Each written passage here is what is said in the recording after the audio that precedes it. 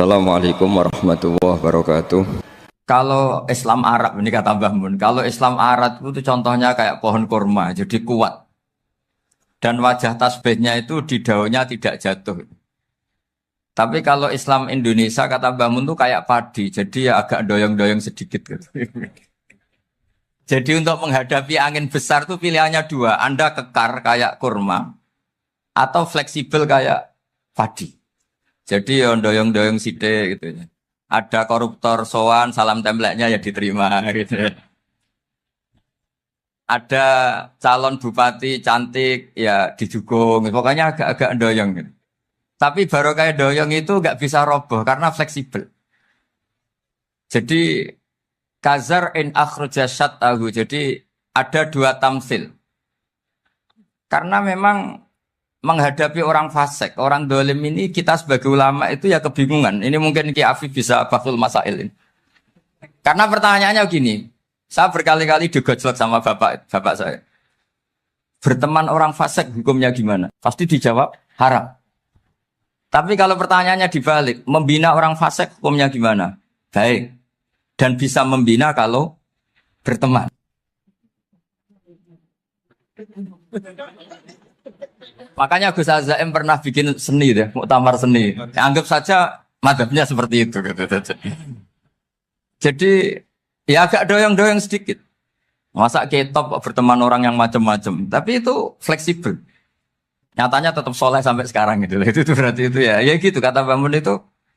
Jadi untuk menahan angin yang besar pilihannya hanya dua. Anda kokoh kayak pohon kurma atau fleksibel kayak padi. Nah, Islam Indonesia kata Mbah Mun itu pari wae katanya, padi. Jadi ungkapan-ungkapan para masyayikh ini penting karena khazanah yang saya baca.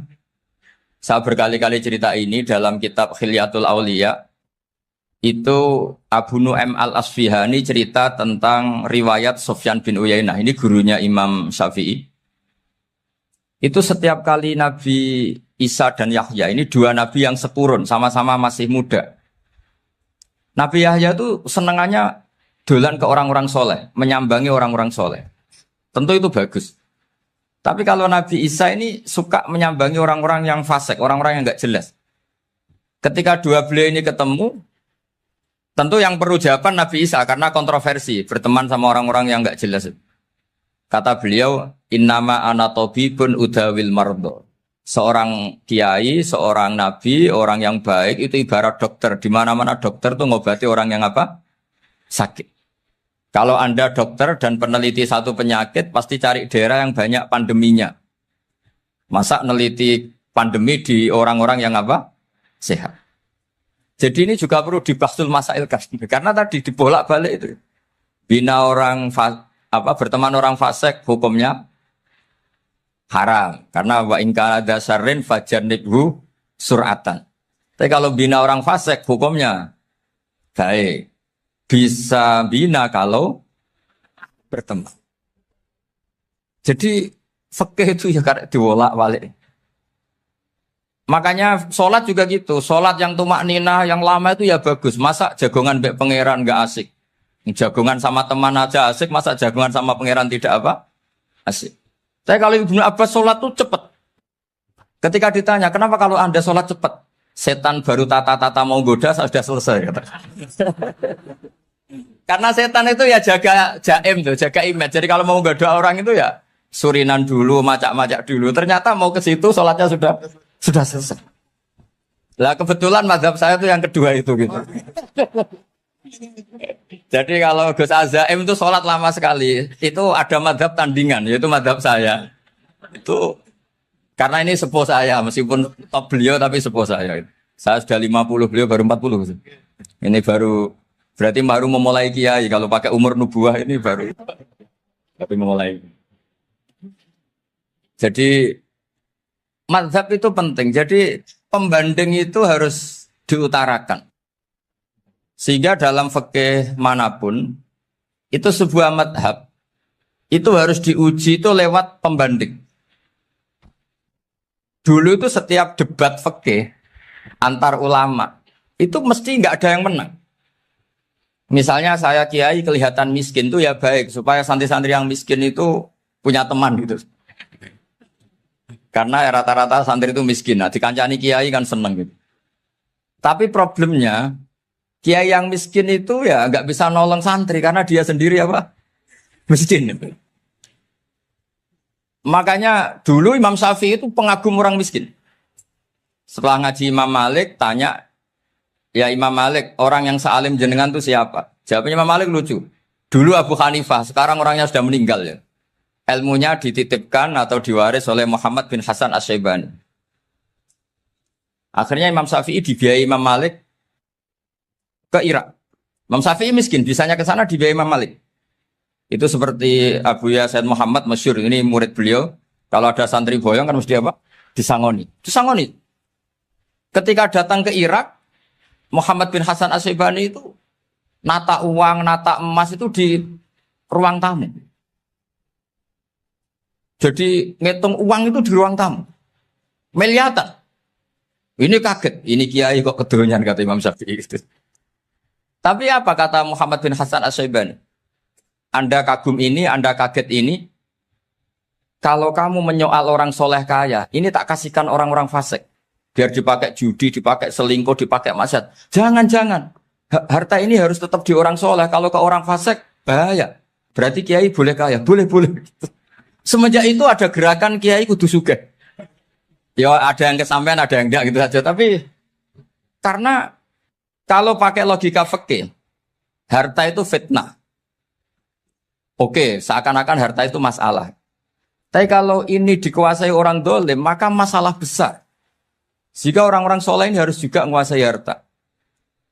Nah, terus lama-lama dikiaskan kekuasaan. Kalau yang kuasain orang fasik, orang tidak sholat, ribet. Akhirnya kiai terus dukung, ya akhirnya ke politik tadi. Nak menawa bupatinya kena diatur gitu. Diatur kon sholat, orang yang sesi proposal, maksudnya diatur keng sholat maksud. Ini cerita-cerita apa logika-logika fikih.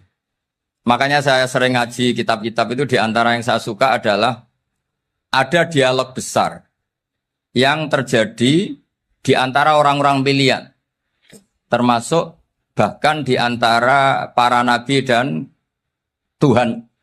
Jadi unik. Allah sendiri kadang mengajari kecerdasan para nabi itu ya lewat dialog. Masyhur itu, Nabi Ibrahim itu punya ruang khusus untuk sholat dan tidak boleh siapapun masuk situ. Tahu-tahu ada yang sudah di situ. Beliau membuka, kaget. Siapa memberi izin ke kamu yang punya rumah ini? Saya yang punya rumah dan saya tidak memberi izin kamu. Yang memberi izin saya itu yang punya saya, kamu dan rumah ini. Yaitu Allah Ta'ala katanya. Wah berarti kamu malaikat dong? Iya saya malaikat Israel. Disuruh nyabut nyawa kamu. Ya agak sopan karena agak pernah mondok di Salafiyah itu akhirnya Nabi Ibrahim bilang, wah itu keliru, Anda pasti keliru. Hal ra'aita habiban yumitu habibah, hal ra'aita khalilan yumitu khalilah. Saya ini Khalilur Rahman, saya ini kekasih Allah. Masa ada kekasih bunuh yang dikasih? Itu Israel akhirnya ngaji, masuk akal juga. Ternyata perintah ini mungkin hoax ya. Pokoknya dia terus mikir akhirnya. Iya ya, masa ini kekasih Allah kemudian oleh Allah dibunuh, dimatikan. Terbanglah Israel, matur lagi ya Allah, kata Ibrahim, hal ra'aita khalilan yumitu khalilah. Masa kekasih bunuh yang dia apa? Kasih. Kayaknya masuk akal Gusti. Mulai ngaji lah kira-kira gitu malaikat. Akhirnya oleh Allah dijawab, ya sudah begini, kamu datang ke Ibrahim bilang, hal ra'aita habiban yakrahu ayyalqa habibah. Masa kekasih tidak siap ketemu yang dikasih. Nah, jadi akhirnya Nabi Ibrahim, Israel datang lagi. Logikanya sekarang enggak gitu, begini katanya. Diajarin. Hal ra'aita habiban yakrahu ayyalqa habibah.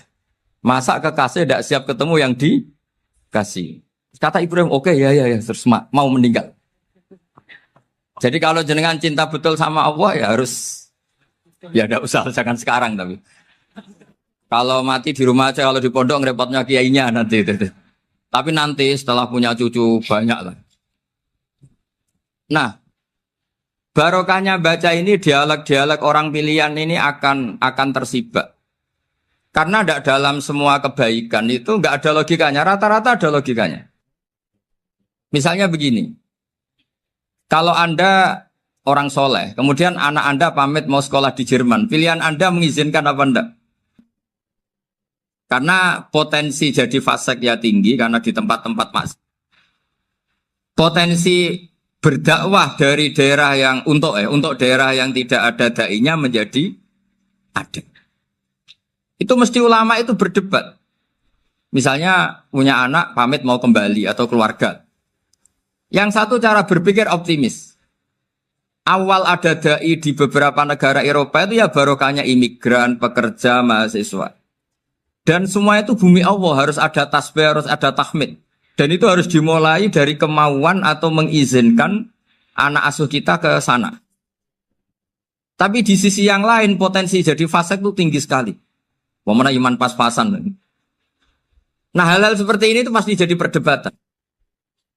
Dan kita harus menjawab. Dan tadi kayaknya di semua Basul Masail, Pondok Salafiyah jawabnya pede semua. Nggak ada ragu, nggak ada khilaf. Baguslah kalau pede. Meskipun nanti mungkin ada ulama lain yang cara berpikir apa? Berbeda. Sehingga, ini saya cerita ya. Sehingga di kitab-kitab fikih, misalnya saya kok hidup di Bali sudah punya komunitas ngaji. Itu kok saya pindah ke Sukorejo sini. Banyak ulama yang mengatakan haram. Karena membiarkan bumi Allah yang sudah pernah ada orang yang sujud, kemudian ditinggalkan kosong, dan kemudian dikuasai orang yang tidak sujud. Jadi dianggap itu pembiaran. Jadi banyak di kitab Qalyubi, sarahnya Mahalli, jika ada seorang muslim yang hidup di negara orang kafir, dia nyaman, tidak dapat teror, itu nggak boleh lagi pindah ke negara Islam yang sehat. Karena takutnya li'alla yastauliyal kafir tilkal buk'ah, supaya bumi itu tidak dikuasai orang kafir. Jadi ini hal-hal yang para fuqaha itu harus berdebat. Karena ini masalah-masalah furu'iyah. Sehingga mulai dulu ya banyak ulama yang nyun sewu berpolitik. Mulai Wali Songo sampai sekarang alhamdulillah yang minat banyak. Mungkin bedanya ikhlas sama tidaknya. Tapi kalau saya pernah dikeluhin utusan dari ya komunitas. Islam Indonesia itu dulu itu ceritanya banyak yang dari Kamboja. Kalau dulu orang cerita itu orang Cempa.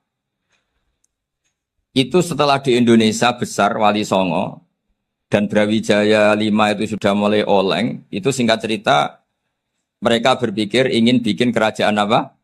Islam di Demak Mintoro dengan raja pertama yaitu Raden Fatah. Karena Raden Fatah ini putra Brawijaya.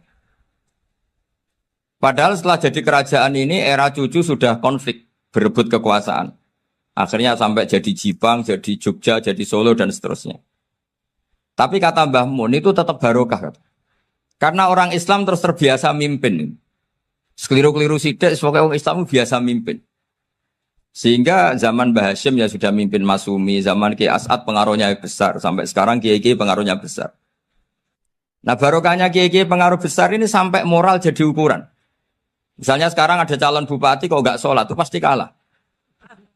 Jadi sholat itu jadi tolok ukur untuk calon apa? Bupati. Meskipun mungkin punya efek pura-pura sholat, tapi nggak apa-apa lah. Sementing moral ini jadi ukuran.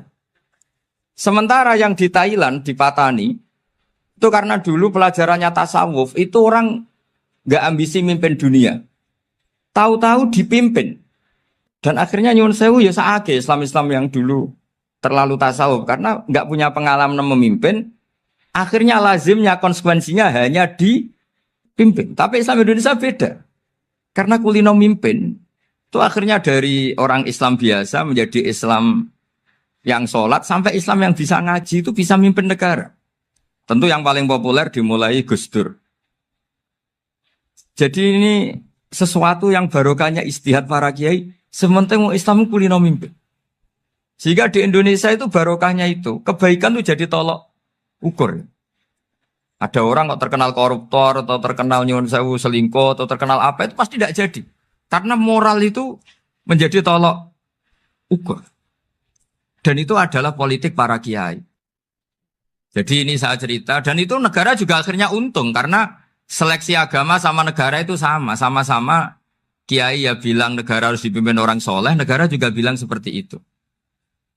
Nah, ketokohan-ketokohan para beliau-beliau ini yang mau lah bekerja sama dengan Umarok. Kita tahu dulu Pak Harto ya rawuh ke sini ketika Muktamar 84, rawuh ke Ki As'ad, ketika mau kembali ke Khittah juga dirembuk oleh ulama dan Umarok. Dan akhirnya ini menjadi negara yang alhamdulillah semoga selalu menuju baldatun thayyibatu wa rabbun ghafur. Nah, kemudian di sini saya tabarruk dengan Said Muhammad, gurunya Kiai Haji Azaim. Saya mau cerita tentang amaliyah tadi. Saya sebetulnya nggak niat bacakan bab itu, gara-gara ada khataman jumlahnya banyak saya jadi pusing. Ini panitianya tanya, khatam betul apa enggak? Iya, Gus, khatam betul. Tapi kayaknya saya tidak yakin itu. Karena saya ini kan dari pondok tahfidz itu. Biasanya anak khataman itu ya rodok bodoni itu. Wes dibaca buanter sing nyemak ya mau ndelok pojok tok. Mergo kebanteren. Nah, akhirnya lafat-lafat yang di tengah itu enggak di apa? Baca. Tapi ya semoga dimaafkan Allah lah. Yang jelas itu enggak. Tapi saya mau cerita ya. Jadi cara berpikir Said Muhammad ini nanti juga saya teruskan di Ma'had Ali. Ini saya baca ya. Di antara yang diyakini madhab Malikiyah, ini saya baca saja teksnya. Jadi ada riwayat namanya kalau Said Muhammad bahasakan itu Ataqoh Somadiyah. Kalau di Indonesia kadang orang bilang Al-Ataqoh Al-Kubro. Yaitu dengan membaca surat Ikhlas, di sini jumlahnya hanya 100 kali, Qila 1000 kali. Tadi berapa teman? 700 juta. 700 juta ini sudah susuk banyak ini. Di sini hanya 40, riwayat lagi 100, 1000. Terus sampai tadi berapa? 800 juta. Wah, ini sudah susuk ini. Itu anak cucu sampean pasti masuk surga itu kalau gitu. Ini saya baca, ini kitabnya Said Muhammad ini. Suratul Ikhlasi wal Itqu minan nar. Akhrajat Tabrani fil Kabir an Fairuz ad-Dailami wa Ibnu Ukhtin Najasi. Waqad khadaman Nabiyya sallallahu alaihi wasallam. Orang ini jadi khadimnya Nabi. Qala Rasulullah sallallahu alaihi wasallam, "Man qara'a qul huwallahu ahad mi'ata marratin fi shalat ghairiha katabawahu lahu bara'atan minan nar." Ini hanya berapa ini? Mi'ata marrah. Berarti kalau satu orang itu cukup 100. Tadi sudah untuk 7 turunan tadi untuk orang berapa? Ya, untuk 7 turunan cukup. Untuk 7 turunan. Ya sudah susuk ini. Duh, ribet ini. Nah, ini tak cari pembenarannya, ini supaya keren. Ini di halaman 188 Abwabul Farad. Warwa Ibrahim bin Muhammad al-Khiyari fi fawaitihi an Khudzaifa marfu'an. Mangkoro akul huwallahu ahad alfa marrotin fakotishtaro nafsahu minallah. Berarti 100, ada riwayat lagi 1000.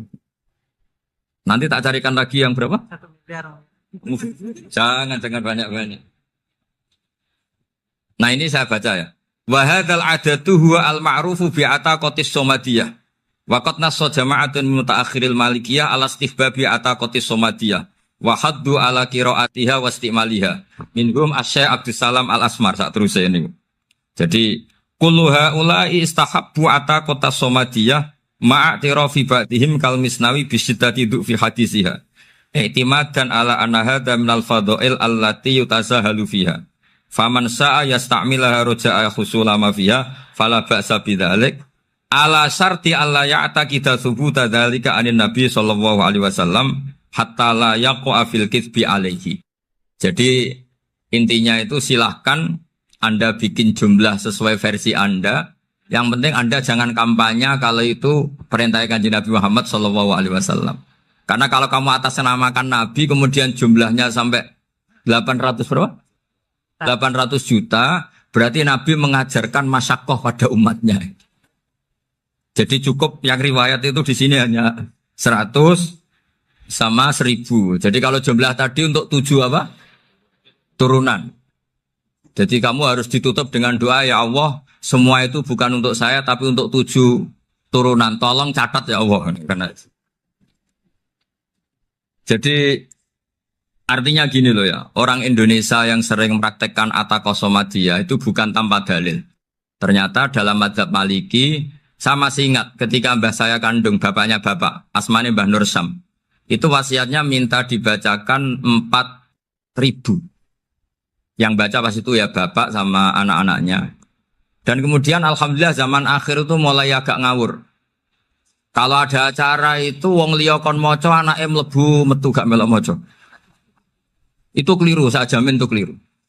Saya sering kalau mimpin di rumah, kalau yasinan di tonggo-tonggo kok anaknya gak maca saya keluar. Bapakmu wong liya kon maca kata saya.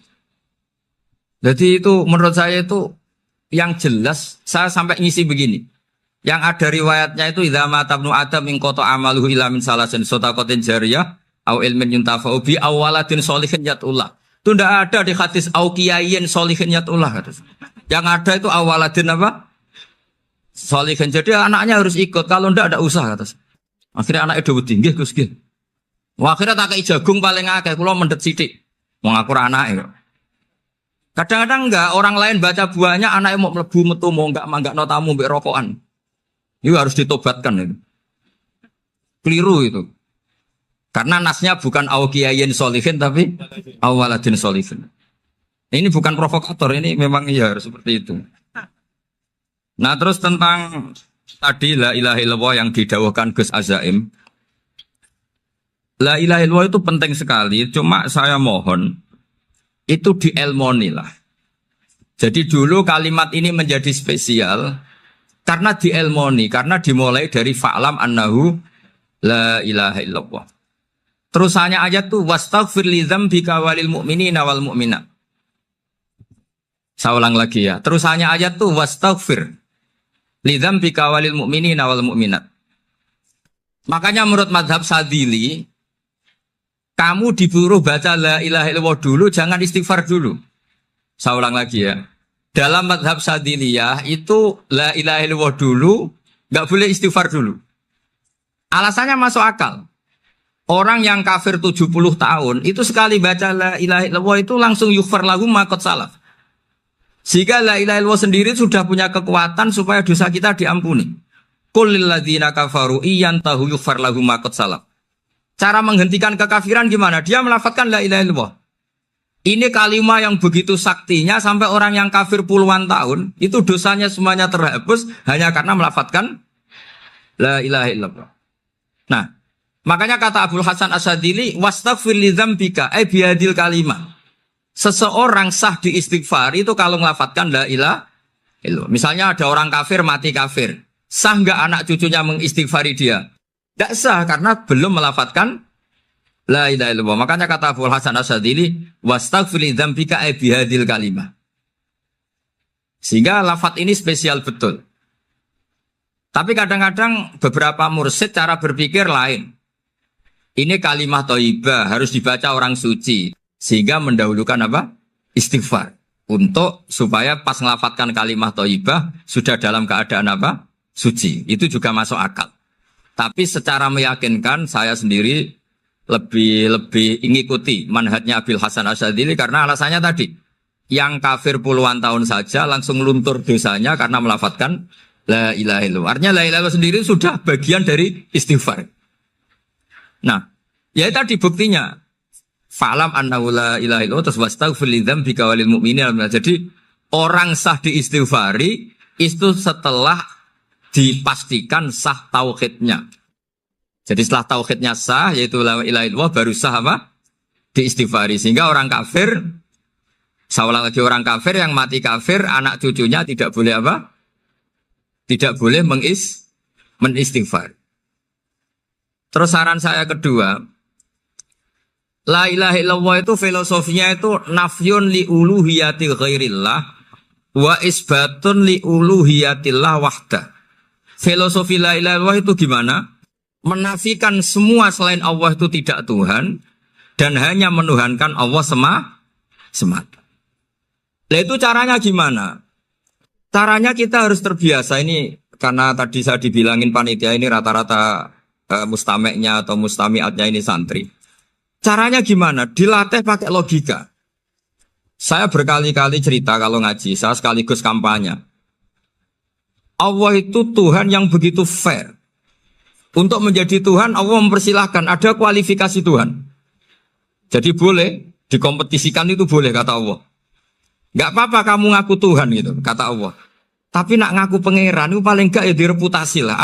Ada verifikasinya. Dimulai dari apa? Ya kalau jadi Tuhan itu setidaknya bikin langit bumi lah. Aturannya gitu. Jadi kalau daftar bupati ya daftarlah ke KPU. Masa tahu-tahu jadi apa? Tuhan kemudian tidak punya prestasi bikin langit bumi. Sehingga Allah itu cara ngendikan itu ya fair. Qul ara'aytum ma tad'una min dunillah aruni madza khalaqu minal ardi am lahum syirkun fis samawat. Coba yang kamu tuhankan selain saya, prestasinya apa? Ketika saya bikin bumi itu apa ikut bikin? Terus am lahum syirkun fis samawat. Kalau bikin langit, kalau nggak bisa ya urun lah gitu. Urun semen apa urun bego, pokoknya urun lah gitu. Urun ora, gawe bumi ora, ngerti-ngerti ngaku jadi pangeran.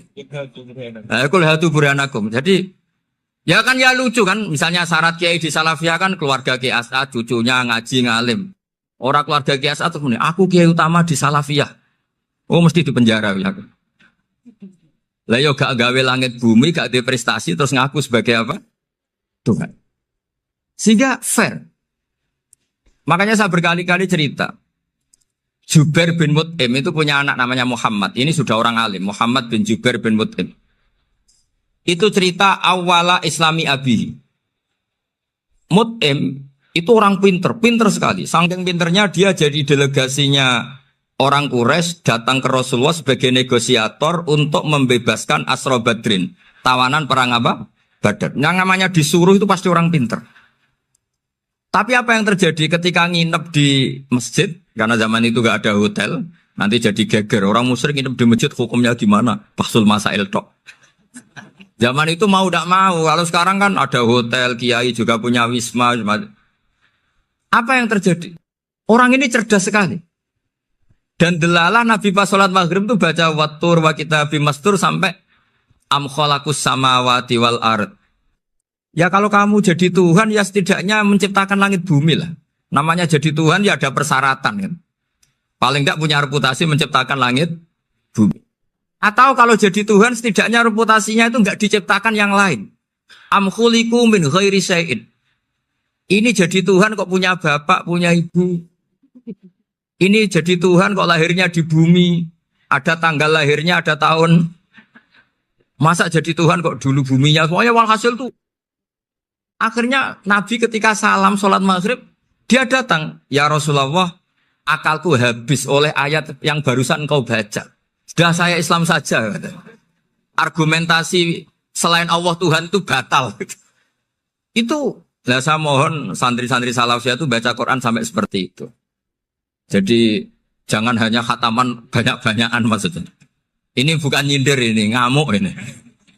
Jadi ya khatamannya tadilah 1000 atau berapa lah, jangan banyak-banyak. Juga kasihan malaikat yang nyatet kan. Wong baru subhanallah alhamdulillah aja di tag hadisnya abad al malaikah gak ditete. Itu baru subhanallah alhamdulillah itu sudah mencapaikan malaikat. Makanya saya wiridan tuh arang-arang kasihan malaikat karena nanti jadi itu ya ada madhabnya itu jadi kalau Gus Azaim sholat lama tak saingi sholat cepet itu sama-sama ada madhabnya.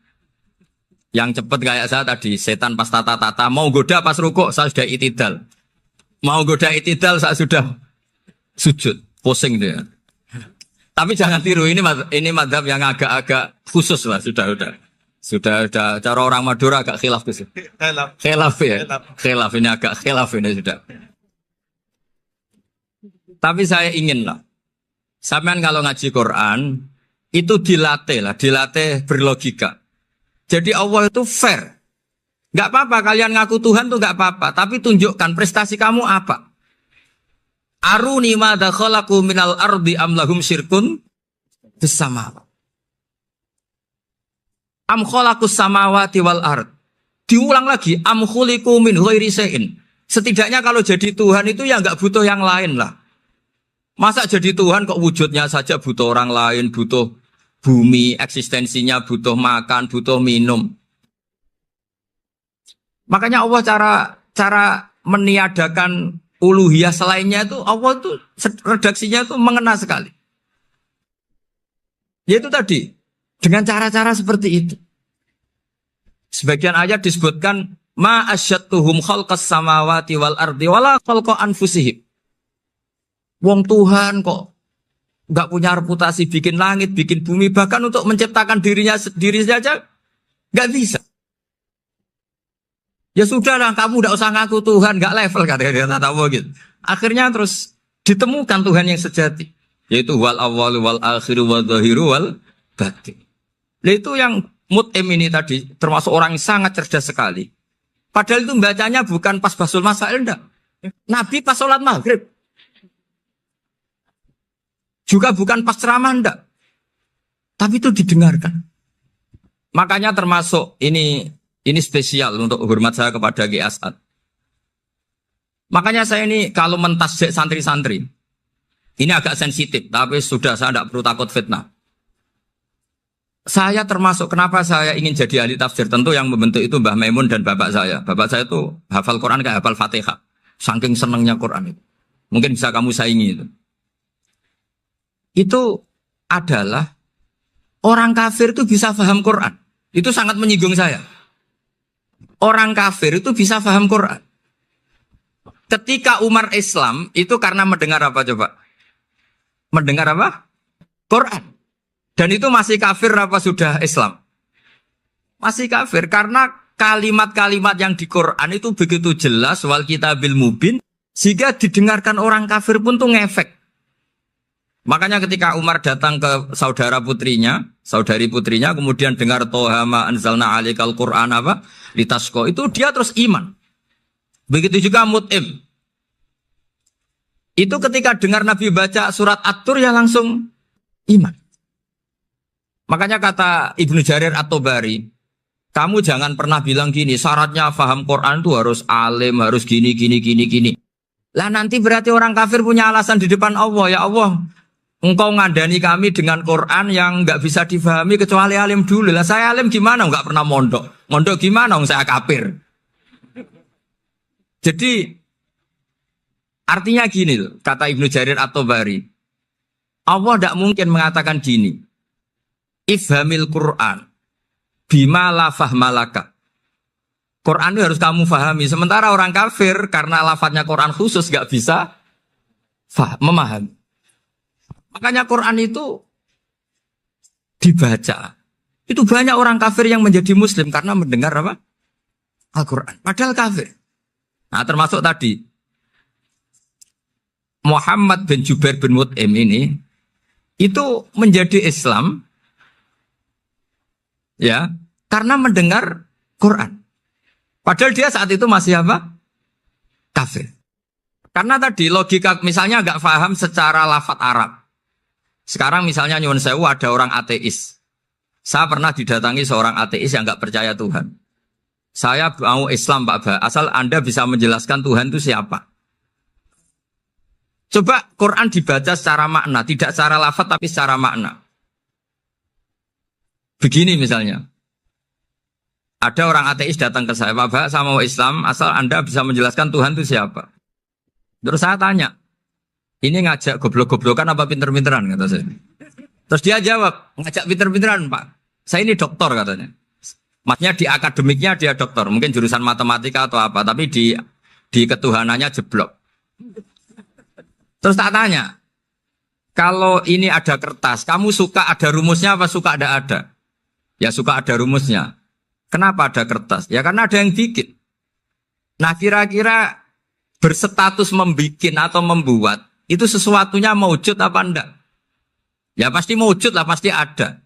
Ya sudah, anggap Tuhan itu adalah sebab dari semua yang ada. Masa alam yang seperti ini, langit dan bumi ini maujudat, kemudian kamu katakan kholaqohal adam, bahwa alam raya yang maujud ini diciptakan oleh ketiadaan. Ya juga, berarti Tuhan itu ya. Ya itu yang namanya Tuhan. Lah mulai dulu kiai-kiai ngomong gitu kan saya Islam katanya. Jadi kiai-kiai itu kadang-kadang kalau dakwah pokoknya kabeh itu digawe Tuhan. Beda dengan dakwanya orang-orang mantek.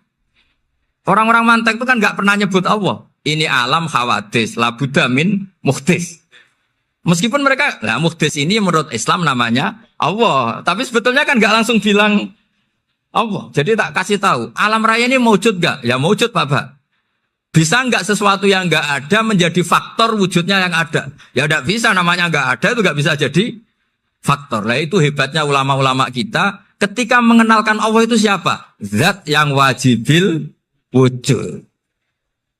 Jadi kita ini kalah pinter ulama-ulama dulu. Ya alhamdulillah kalahnya sama ulama dulu. Kalau kalah sama ulama sekarang isen lah. Jadi ulama dulu sudah pinter. Pasti pertanyaan dasar manusia, hadil maujudat itu man khalaqaha, siapa yang menciptakan? Kalau kamu langsung jawab Allah atau Tuhan, mereka pasti tidak nerima. Ya jawab saja, hadil maujudat mesti khalaqaha maujudun. Nah berhubung maujud ini berstatus pencipta, harus super. Lah super ini oleh ulama disebut wajibul wujud atau musabbibul asbab. Yang oleh Islam dinamai Allah. Tapi kita langsung ngomong Allah, mesti aja bingungkan kan bagi yang bingung maksudnya.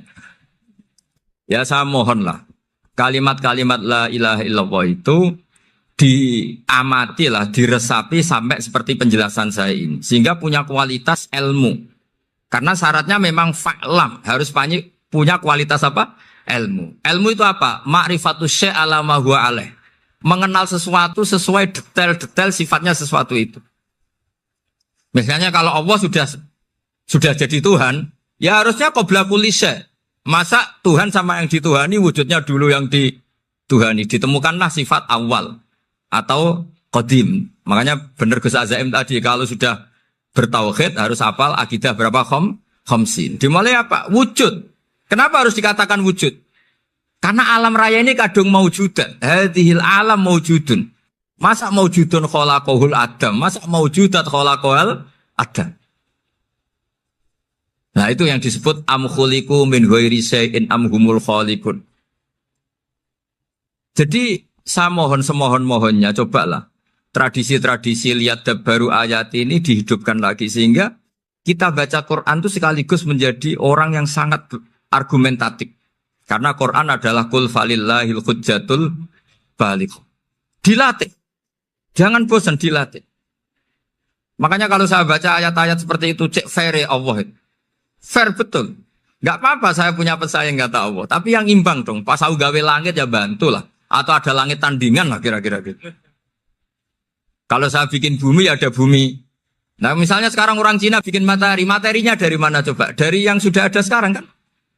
Tetap saja agak ikut bikin kan?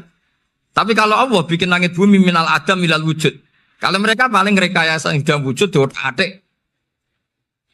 Nah harus sampai seperti itu. Sampai kata Gus Azim kul hatu apa? Burhanakum dan. Jadi ini cara-cara kita untuk menguatkan iman. Aruni madza khalaqu minal ardi am lahum syirkun fis samawati. Terus kata Allah, itu nih bi kita bimin qabli hadza au atharatim min ilmin. Kalau kamu enggak setuju teori ini kata Allah, cari kitab suci versi Anda. Aturan jadi Tuhan itu apa coba? Ya tetap saja semua kitab suci akan mengatakan di mana-mana Tuhan itu pencipta langit dan bumi. Jangan yang lahir di bumi jadi Tuhan. Jangan Lata Uzza jadi Tuhan. Jangan karena sakti jadi Tuhan. Nah ini di sini pentingnya ilmu balaghah, ilmu mantek yang alhamdulillah di pondok-pondok kita masih diajari. Makanya kata mantek sebetulnya ilmu akal hanya menemukan hadil maujudat khalaqaha maujudun. Nah yang maujud ini siapa? Ya wajibul wujud. Nah kemudian Islam menamai ini Allah Subhanahu wa ta'ala. Makanya ulama dulu itu kalau ngetikan Allah itu siapa? Zat sing wajibul wujud. Itu filosofinya luar biasa. Karena dengan seperti ini bisa menafikan teori ateisme. Bahwa alam raya ini diciptakan oleh ketiadaan. Makanya saya bilang tadi, ngajak goblok-goblokan apa pinter-pinteran gitu. Lah nek ngajak goblok-goblokan yang ini, hadhil maujudat khalaqahal adam. Terus kita goblok bareng. Loh iya kan barang maujud diciptakan yang tidak maujud. Wong ora wujud kok mempengaruhi sing wujud. Ya monggo nak goblok bareng kata. Akhirnya, gak lho Gus, saya ini dokter masa kamu ajak goblok? Ya sudah pinter saja kata saya.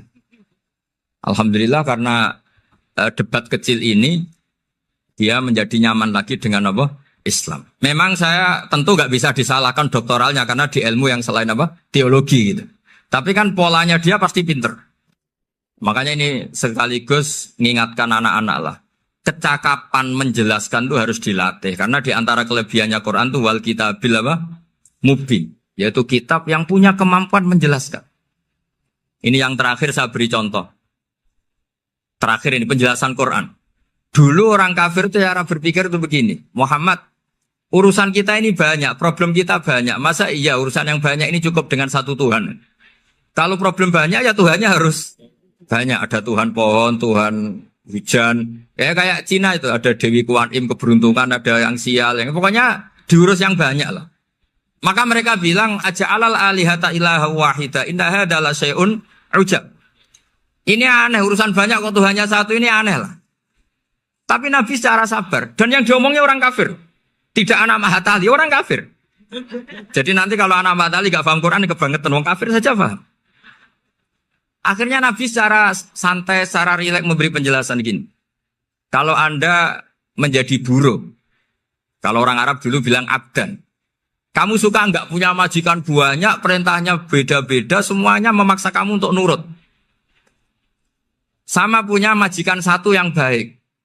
Ya nggak suka lah Muhammad kalau majikan saya banyak, semuanya berhak merintah saya, nggak enak. Majikannya satu saya, satu saja. Terus kata Nabi, Tuhanmu itu majikan kamu. Kalau Tuhannya banyak, kamu bingung. Berarti perintahnya banyak. Akhirnya mereka paham. Dan itu segampang itu Allah memberi penjelasan. Dorobawo masalah rojulan.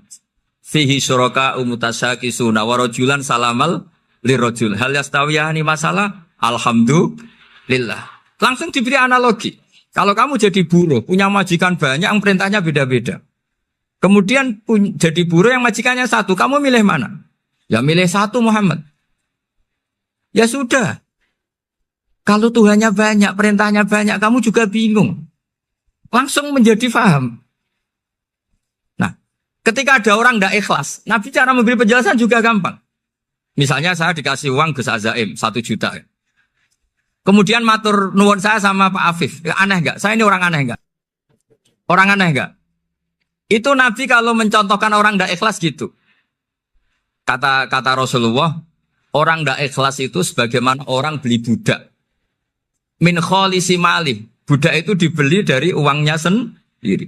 Kemudian fa'amila hadal abdu, budak ini kemudian bekerja dan a'tohullatahu. Hasilnya dikasihkan sama orang lain. Terus Nabi memberi percontohan. Ayasurukum ayakuna abdukum kadzalik. Apa kamu suka kalau budak kamu seperti itu? Dulu orang-orang dulu kan beli budak untuk disuruh bekerja terus disuruh setor apa hasilnya. Jadi budaknya kamu yang beli, yang biayai. Kalau sekarang mungkin gak ada budak gini lah. Saya nyuruh Zaid, tak kasih mobil, tak kasih bensin, tak kasih uang jalan supaya narik angkot. Hasilnya disuruh ngasihkan saya. Ternyata dikasihkan orang lain dan matur nuwun sama orang. Kamu suka punya budak seperti itu? Ya tidak suka ya Rasulullah. Ya ibaratnya seperti itu. Bumi yang bikin Allah, nyawa kamu yang bikin Allah, semua fasilitas dari Allah. Kemudian kamu menyembah selain Allah. Segampang itu. Dan Nabi telaten sampai dulu yang mayoritas orang kafir menjadi mayoritas Muslim. Dan semuanya tanpa paksaan. La ikroha fiddin. Karena qad tabayyana rusdu minal ghayy. Nah, cara tabayana gimana? Yaitu punya kemampuan menjelaskan. Wal kitabil apa? Mubin. Ini makanya saya mohon lah. Ini saya mohon semohon-mohonnya anak-anak ini kan kader-kadernya Mbah Samsul Arifin, Mbah As'ad, Gus Fawaid, sekarang Gus Azaim, semuanya harus punya kemampuan wal kitabil apa? Mubin. Sehingga di antara sifatnya Nabi itu fatonah, punya kecerdasan. Nabi itu gak pernah debat kalah. Itu meskipun sudah terdesak gak pernah kalah. Pernah Nabi itu ngendikan la adwa wala tiarata, tidak ada penyakit menular. Ada orang yang mungkin kurang suka iseng, ada onta yang sudah gudiken dijejerno sama yang waras. Ternyata yang waras jadi gudiken. Akhirnya Nabi diundang lah kira-kira gitu. Ya Rasulullah, kata engkau gak ada penyakit menular. Tapi ini onta yang gak gudiken tak jejerkan yang gudiken ikut gudiken.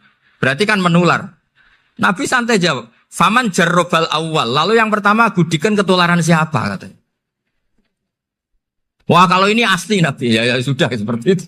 Jadi ngiranya dia menang karena yang gudikan pertama nulari yang kedua. Ternyata Nabi tanyanya lagi, faman jarrobal awala, yang gudikan yang pertama siapa? Oh ini asli ya maksud saya itu. Jadi Nabi itu gak pernah kan. Karena Nabi punya apa? Fatona. Jadi saya mohon, ya tadi makanya ini efeknya tuh khatamannya gak boleh banyak-banyak ya. Maksud saya kalau musim khataman ya gak apa-apa, khataman banyak-banyak. Tapi kalau gak musim khataman ya musim-musim tadabbur gitu. Tapi kalau ini musim khataman gak monggo lah. Cuma saya kok kasihan malaikatnya tadi. Ya, matur nuwun minta maaf. Assalamualaikum warahmatullahi wabarakatuh.